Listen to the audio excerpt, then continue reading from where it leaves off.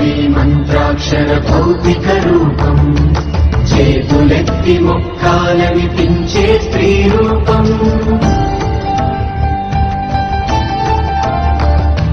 నీటిని గంగమ్మగా పిలుచుకునే సంస్కారం, నేలని భూమాతగా కొలుచుకునే మమకారం.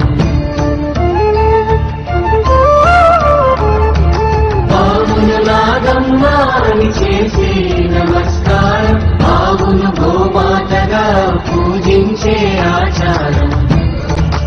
ఎక్కడ కనరావింతటి స్త్రీ గౌరవ సంస్కృతి, పుల్లకు సుమితాద్రుమదళ శోభిని కథ భారతి. అంశ రూపములోని వస్తున్నాయి. అంశాంశ రూపములు ఏవి అంటే సృష్టిలో కనబడ్డ ప్రతి స్త్రీ కూడా అమ్మవారి యొక్క అంశాంశ రూపమే. ఇది గుర్తుపెట్టుకోండి, ప్రతి స్త్రీ అంశాంశ రూపమే. అందుకే ఎప్పుడు స్త్రీని అవమానించరాదు. చెప్పుకుంటే బాధ కలుగుతుంది కానీ చెప్పక తప్పని పరిస్థితి ఒకటి ఉన్నది. ఏంటంటే భారతదేశం అన్ని విధాల కొంత మేరకైనా క్షీణించడానికి కారణం స్త్రీని అగౌరవపరచడమే, ఇందులో సందేహం లేదు. వేదకాలంలో ఋషుల కాలంలో స్త్రీకి చాలా ఉన్నతమైన స్థానం ఉన్నది. మీరు రామాయణం పరిశీలిస్తే అనసూయ గురించి అత్రి రామచంద్రమూర్తికి ఎంత గొప్పగా చెప్తాడు. ఆమె తపస్సుని ఈయన శ్లాఘిస్తాడు. అలాంటి గొప్ప గొప్ప స్త్రీలని భారతదేశం ఆదర్శంగా చూపించింది. కానీ పరాయి దాడుల వల్ల క్రమక్రమంగా మన తేజస్సు ఏమిటో మనం మర్చిపోయి ఆ స్త్రీని అవమానించడం అనేది అనేక కోణంలో జరిగిందని ఒప్పుకోక తప్పదు. దానివల్ల కూడా మనం దేశం యొక్క అభ్యుదయం సన్నగిలింది. ఇంటికే కాదు దేశానికి కూడా స్త్రీ ఆనందంగా ఉంటేనే దేశం ఆనందంగా ఉంటుంది. ప్రతి స్త్రీ అమ్మవారి రూపం గుర్తుపెట్టుకోండి.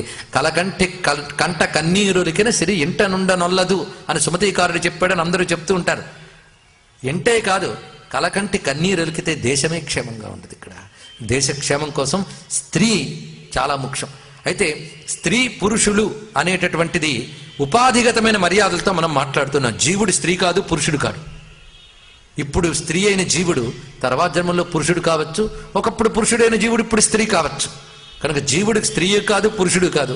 ఆ జీవుడు చేసిన కర్మలకు అనుగుణంగా ఇవ్వబడిన శరీరంలో శక్తి మాత్రం భగవంతుడే. తెలుసుకోండి, ఇక్కడ ఈ శరీరంలో ప్రతి శక్తి నీది కాదు, భగవత్ శక్తి.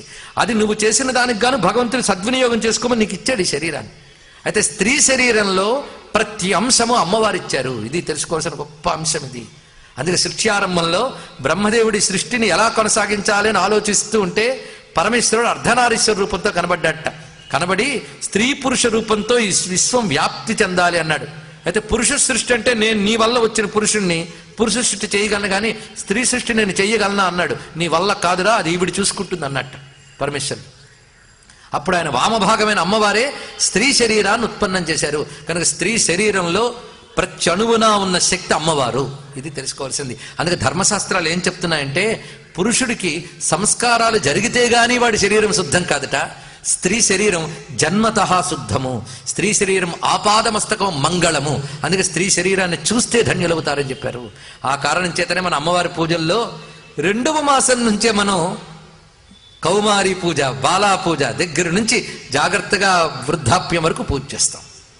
మరి పూర్వసువాసిని రూపంలో స్త్రీ పూజ్యురాలా అంటే ఆ రూపంలో కూడా ఆ మర్యాదలతో ఎలా పూజించాలో అలా పూజించాల్సింది. అప్పుడు కూడా పూజ్యురాలు.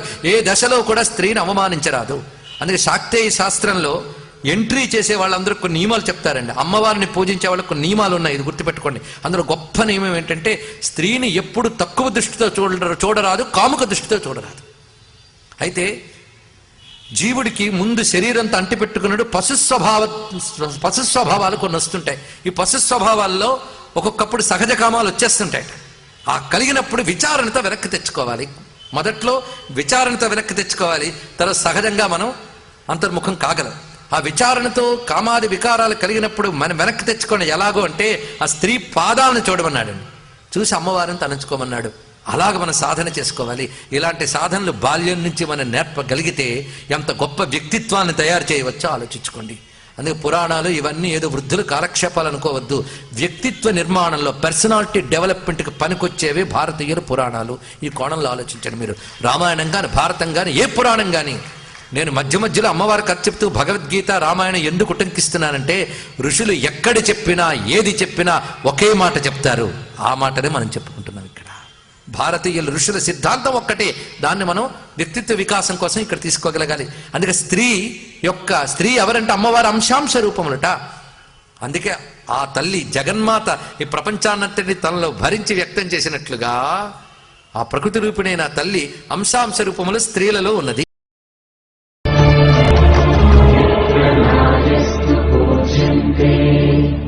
రమంతే